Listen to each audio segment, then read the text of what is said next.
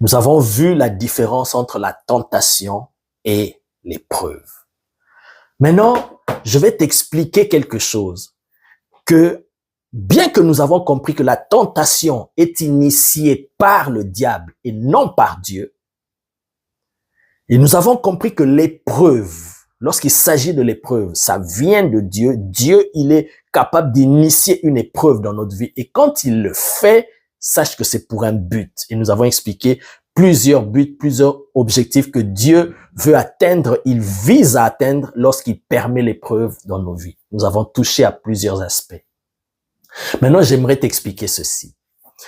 Que notre Dieu, parce qu'il est le maître des temps et des circonstances, parce qu'il est celui qui a le contrôle, il a le volant, il a toutes les manettes pour diriger l'humanité et ses yeux parcourent toute la terre pour voir même tout ce qui est caché. Notre Dieu est capable de transformer une tentation en épreuve. Ah, ça c'est encore un autre aspect de la tentation et de l'épreuve. Vous allez me comprendre. Donc Dieu, il peut se servir d'une tentation qui a été initiée par le diable pour en faire une épreuve afin d'atteindre un de ses objectifs que nous avons cités ici, pour atteindre son objectif. Avant d'expliquer cela, lisons quelques passages. Lisons 1 Corinthiens chapitre 10, verset 13.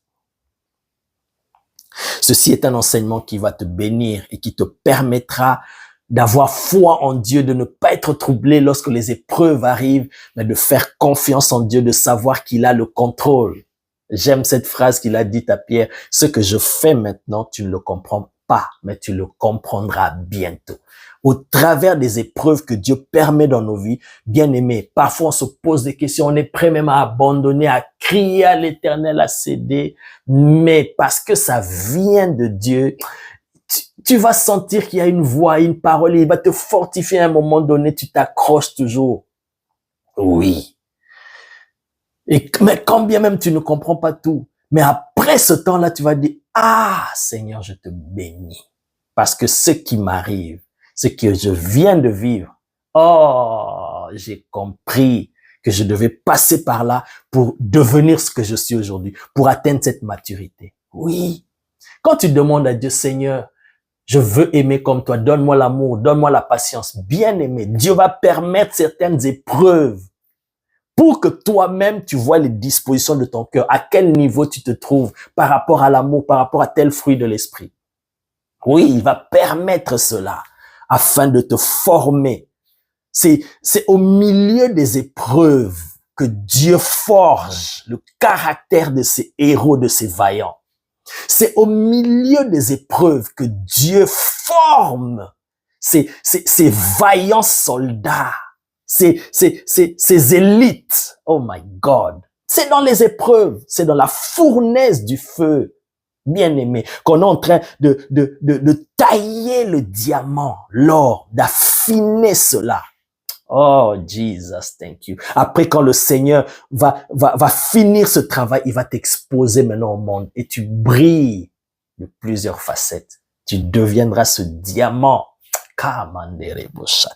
Alors que nous sommes plus précieux que le diamant, que l'or, que toutes les ressources minières réunies.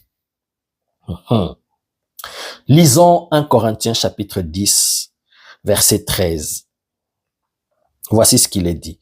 Aucune tentation ne vous est survenue qui n'ait été humaine. Et Dieu, qui est fidèle, ne permettra pas que vous soyez tentés au-delà de vos forces. Mais avec la tentation, il préparera aussi le moyen d'en sortir afin que vous puissiez la supporter. Vous comprenez? Donc, les tentations qui nous arrivent, ça arrive à tous les humains. Que le diable vienne pousser les hommes au mal, ça arrive à tout le monde. Parce que la Bible dit, même le Fils de l'homme, le Fils de Dieu, lui-même Jésus, a été tenté en toutes choses comme nous. Il a été tenté en toutes choses comme nous. Et j'avais expliqué lors de mon message sur la tentation et le péché que parce qu'on dit que Jésus a été tenté en toutes choses, ça montre et ça confirme que la tentation en soi n'est pas encore le péché. La tentation, c'est une poussée, une sollicitation vers le mal. Et ça arrive à tous les hommes. Même à Jésus, c'est arrivé. La sollicitation vers le mal. Mais tu peux vaincre cela et ne pas céder à la tentation. Mais la tentation en soi, bien aimé, ça arrive à tout le monde. Et ici, l'apôtre Paul nous dit, Dieu est fidèle. Alléluia. Qu'avec la tentation, il ne permettra pas que nous soyons tentés au-delà de vos forces. Lorsque le Seigneur veut se servir de la tentation initiée par le diable pour nous enseigner quelque chose ou pour produire quelque chose en nous, pour déposer quelque chose en nous ou pour transmettre un message ou pour notre propre bien, pour notre formation, alors ce que le diable a planifié de faire, Dieu lui-même, il va se servir de cela comme épreuve. Donc, comme ayant objectif de nous amener à un niveau supérieur. Le diable, lui, a l'intention de nous faire tomber, mais le Seigneur se sert de cela pour nous faire monter. Et là, il veille à ce que cette tentation-là ne soit pas au-delà de nos forces.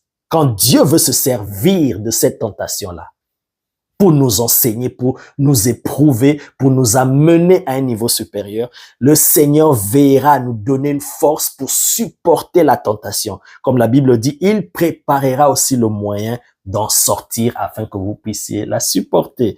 J'aimerais que nous puissions lire le même verset dans la version Parole vivante. J'aime cette version-là. 1 Corinthiens chapitre 10. Je crois que quelqu'un est béni et ça te fait du bien. 1 Corinthiens chapitre 10 verset 13. Voici ce qu'il est dit. Les tentations qui vous ont assaillis jusqu'ici sont communes à tous les hommes. Vous voyez, vous comprenez mieux encore. Donc, toutes les formes de tentation auxquelles on est exposé sont communes à tous les hommes. Aucune d'elles n'a dépassé les forces humaines. D'ailleurs, Dieu est fidèle et il ne permettra pas non plus à l'avenir que l'épreuve dépasse vos forces. Au moment de la tentation, vous voyez, on mélange la tentation et l'épreuve. Au moment de la tentation, il vous donnera la force d'y résister et il préparera une issue pour que vous en sortiez vainqueur. C'est ce que je vous explique. Donc, le diable, parce que Dieu a le contrôle sur tout, il voit tout, même les desseins cachés du diable. Quand le diable est dans son monde en train de préparer un coup contre un enfant de Dieu, contre une église, contre le peuple de Dieu, Dieu voit cela. Dieu est capable de détruire cela dans l'œuf. Il est capable d'empêcher que cela même ne puisse s'accomplir. Alléluia. Donc, quand le diable est en train de planifier, de faire tomber un enfant de Dieu, un serviteur de Dieu, de le tenter, bien aimé, Dieu voit. Donc, Dieu peut casser cela. Mais quand Dieu lui-même, dans sa sagesse, il voit que cette tentation venant du diable se présente à mon fils ou à ma fille, et que Dieu veut s'en servir pour t'enseigner quelque chose, ou pour transmettre quelque chose, ou pour te préparer à une prochaine gloire, Dieu peut laisser cela. Il peut permettre que la tentation arrive. Et en ce moment-là, quand Dieu se mêle, cette tentation-là, aux yeux de Dieu et à tes yeux, devient une épreuve, un test. Comment tu vas réagir face à cela?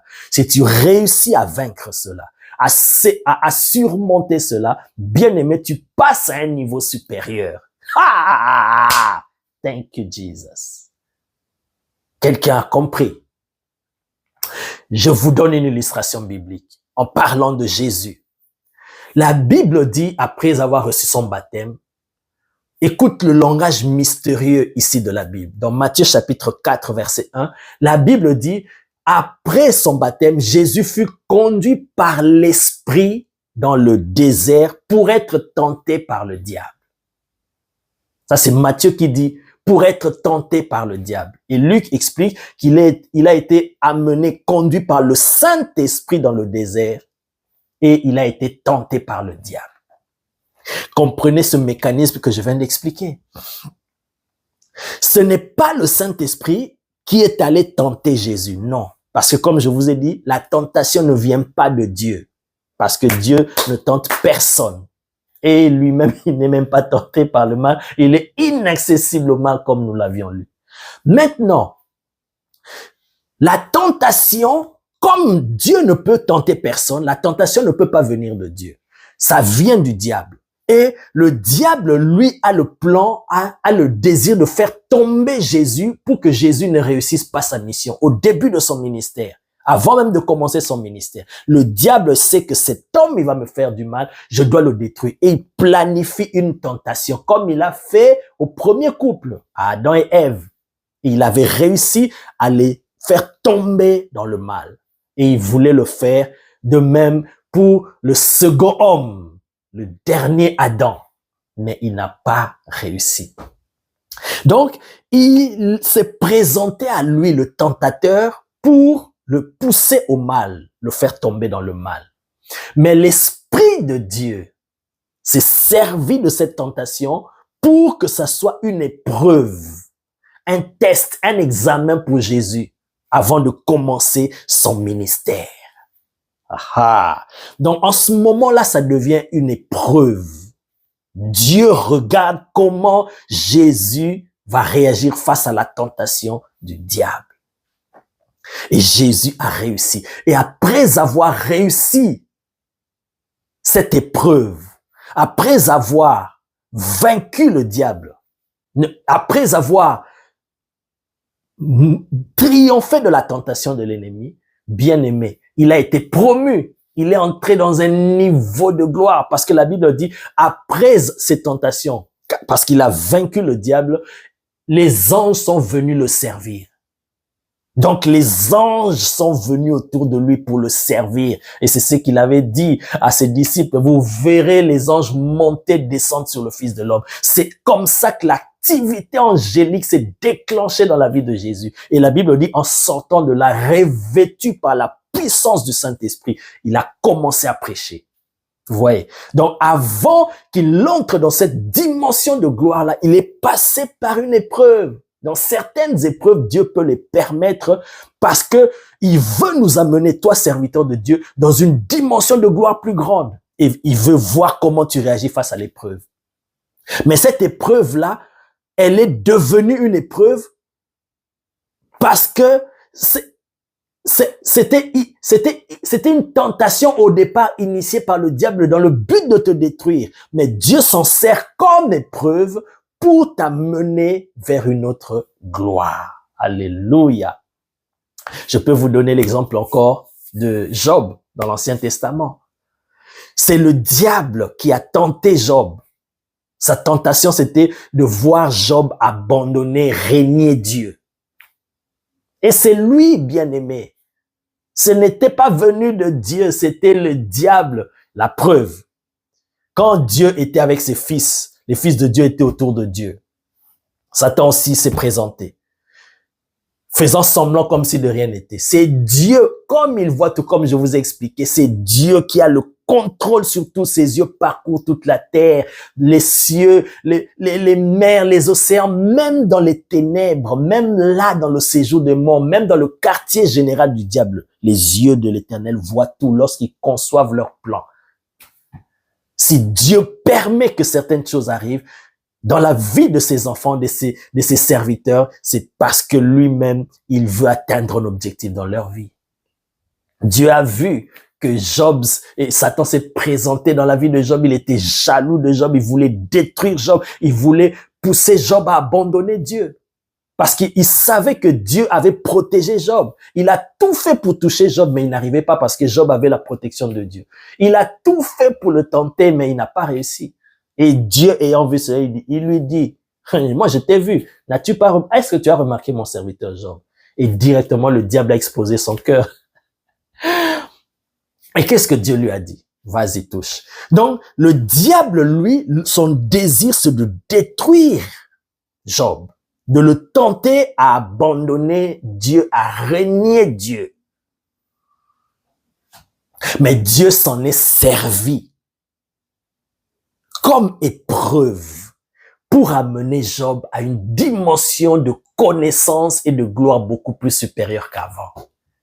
Au point que après ces douloureux moments que Job a traversé des épreuves, voilà pourquoi je vous ai dit, quand un serviteur de Dieu, un enfant de Dieu, un juste traverse des épreuves, comme ce que Job a traversé, bien aimé, aujourd'hui, dans le monde des réseaux sociaux, et tu passes en miniature sur TikTok, dans tous les réseaux, on va dire, voilà, est-ce que vraiment un serviteur de Dieu peut vivre ça? Regarde, même sa santé et tout ce qu'il avait, bien aimé. Ce que Job a vécu aujourd'hui dans le monde des réseaux sociaux actuels, c'est fini. Job n'est pas un serviteur de Dieu, mais c'est Dieu qui était là derrière. Le diable a planifié de le détruire, une tentation, mais le Seigneur s'en est servi comme épreuve, comme examen, pour voir comment Job allait réagir et l'a mener dans une gloire plus supérieure. Vous voyez, je vous ai expliqué que la tentation en soi, elle vient du diable. L'épreuve vient de Dieu. Dieu mit Abraham à l'épreuve.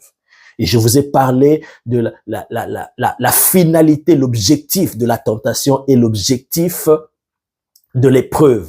Qu'est-ce que Dieu vise au travers de l'épreuve?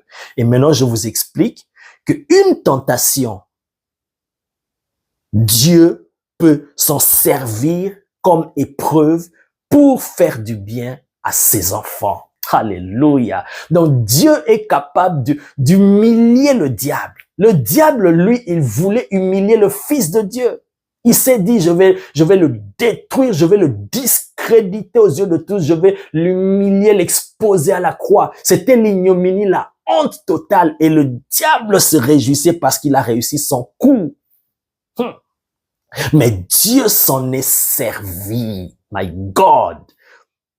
Il a démontré sa puissance pour transformer le plan du diable en quelque chose de glorieux qui va lui donner gloire. Oh my God.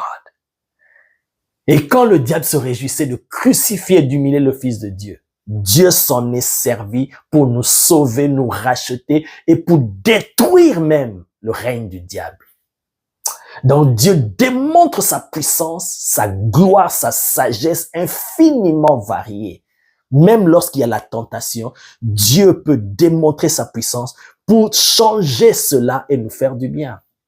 Et il va te donner la force de supporter la tentation parce que après ce moment de tentation que le diable initie, bien aimé, Dieu va t'amener dans une plus grande gloire si tu résistes à cela.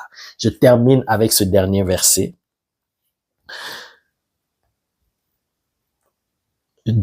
Toujours dans Jacques chapitre 1 et le verset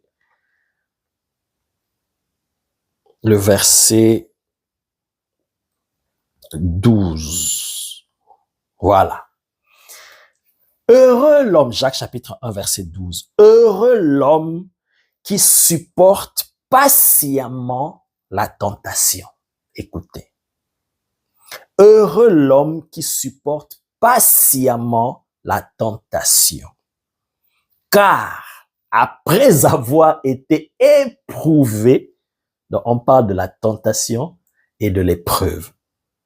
Car après avoir été éprouvé, il recevra la couronne de vie que le Seigneur a promise à ceux qui l'aiment.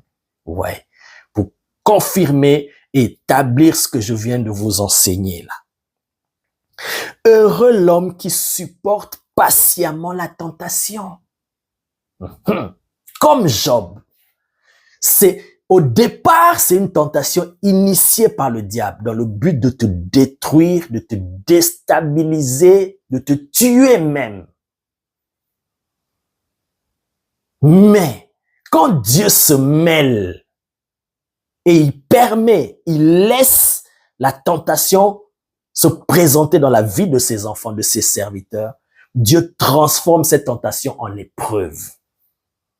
Et quand tu supportes cela patiemment, et tu vas supporter pourquoi? Dans 1 Corinthiens 10, 13, on a vu cela, Dieu est fidèle. Quand Dieu se mêle pour que cette tentation initiée par le diable dans le but de te détruire, Dieu se mêle pour transformer cela en épreuve, bien-aimé, il va te donner la force de supporter. Et il ne permettra pas que cette tentation-là soit au-delà de tes forces. C'est ce que nous avions lu. Donc, quand Dieu voit que cette tentation-là, si je la permets dans la vie de ma fille, là, à ce niveau de maturité, là où elle est, là où il est aujourd'hui, cette tentation peut le détruire. Dieu ne permettra pas cela. Mais si Dieu permet, à ce moment-là, ça devient une épreuve et il te donne la force de supporter, il te donne le moyen d'en sortir. Et quand tu sors de cela et que tu supportes cela patiemment, comme nous venons de lire, bien-aimé, tu recevras la couronne de vie. Oui, Jésus dans le jardin de Gethsémane, le diable a mis une pression énorme, de le dévier de sa mission d'aller mourir à la croix. Il a mis une pression de force des ténèbres. C'était ce que Jésus appelait l'heure de la tentation. Parce qu'il avait tenté au début de son ministère, il a échoué. Et il est venu vers la fin, là. Il a mis une pression énorme au point que Jésus, qui savait pertinemment, clairement qu'il était venu pour mourir pour nous à la croix de Golgotha. Il le disait, il l'a annoncé. Mais en ce moment-là, il dit, Père, si cela est possible, que cette coupe s'éloigne de moi. À cause de la pression. Mais qu'est-ce que la Bible dit? Un ange du Seigneur l'a fortifié. My God! Quelle que soit la pression des tentations, bien-aimées, supporte. Et même spécialement, j'aimerais te dire, quand tu sens dans ta vie, enfant de Dieu, serviteur de Dieu, tu es dans un moment où les tentations de l'ennemi deviennent fortes, la pression d'abandonner Dieu, de renier Dieu, de reculer, de tomber dans le mal arrive, sache qu'il y a une grande gloire qui se prépare là. Accroche-toi à Dieu, il te donnera la force d'en sortir. Et quand tu sors de là, bien-aimé, c'est la couronne de vie, c'est le couronnement. C'est la grande gloire. Regardez Job, après avoir traversé ces moments bien-aimés, la Bible dit l'Éternel le rétablit, même doublement plus que ce qu'il avait avant. Supporte. Je termine avec ce passage que nous avons lu. Heureux l'homme qui supporte patiemment la tentation. Bien-aimé, Dieu démontre sa sagesse à l'ennemi. Lorsque lui, il a l'intention de nous détruire, mais Dieu change cela en bien. Écoutez ce que Joseph a dit à ses frères. Au début, je ne comprenais pas, j'avais mal, vous m'avez vendu, vous aviez même voulu me tuer, me faire du mal. Mais j'ai compris que ce n'est pas vous qui m'avez envoyé ici. Le mal que vous aviez planifié de faire, Dieu l'a changé en bien. Joseph a dit cela à ses frères. Vous vouliez me faire du mal, me tuer, me détruire. Mais Dieu a changé cela en bien. Oh my God. Donc, quand le diable vient, il veut te détruire, il veut te tuer, il veut te discréditer. Mais bien aimé, si tu restes accroché à Dieu, tu aimes Dieu, tu t'attaches à Dieu, bien aimé, Dieu est capable de changer ce mal-là en bien pour toi. Et tu vas glorifier l'Éternel. Notre Dieu est puissant.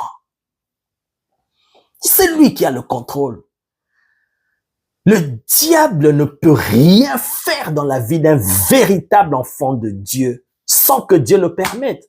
Regardez même dans l'ancienne alliance, il n'arrive pas à toucher Job. Il a essayé, il dit à Dieu, je ne peux pas le toucher parce que tu l'as protégé. Lui et tous ses biens et sa maison. Ça, c'est l'ancienne alliance. Et à combien plus forte raison dans la nouvelle alliance, toi qui es racheté par le sang de Christ, comment est-ce que le diable peut te toucher? Il ne peut pas. Mais quand tu sens les pressions, bien-aimés, quand Dieu permet cela dans ta vie, sache que ce que le diable a planifié de faire, Dieu va changer cela pour ton bien. Il y a certaines situations que le diable permet, il veut faire dans nos vies pour nous détruire. Dieu permet cela et ça devient une épreuve pour t'enseigner, pour te pousser à aller vers lui. Donc lui, il a pensé t'éloigner de Dieu, mais cette situation-là qu'il veut initier dans ta vie, ça te pousse au contraire encore à t'approcher de Dieu. Ça, c'est la sagesse et la puissance de Dieu, my God. J'ai beaucoup de choses à dire là-dessus. Mais soyez bénis et comprenez ceci, bien-aimés. Dieu, il permet certaines épreuves dans la vie de ses enfants pour un but meilleur. C'est toujours pour le bien. C'est toujours pour nous amener de gloire en gloire, pour ressembler à Christ. Alors, ne tremble pas devant les épreuves. Ne baisse pas les bras. Quel que soit ce que le diable planifie, si tu restes accroché à Dieu, Dieu va changer cela pour ton bien. Voilà pourquoi l'apôtre Jacques nous dit, réjouissez-vous devant diverses épreuves auxquelles vous pouvez être exposés. Parce que les épreuves que Dieu permet dans la vie de ses enfants, oh my God, c'est pour nous amener de gloire en gloire. Je termine en te disant ceci. Le malheur atteint souvent le juste. Souvent.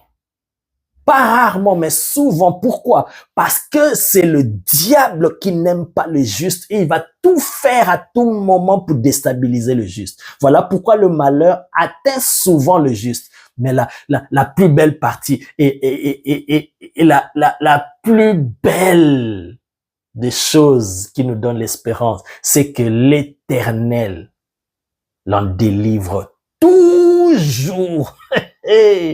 La délivrance de l'Éternel n'est pas quelquefois, mais c'est toujours. Donc, chaque fois que le diable veut ton malheur, l'Éternel, toujours, il va transformer ce malheur en bonheur. Soyez richement bénis au nom de Jésus. Amen.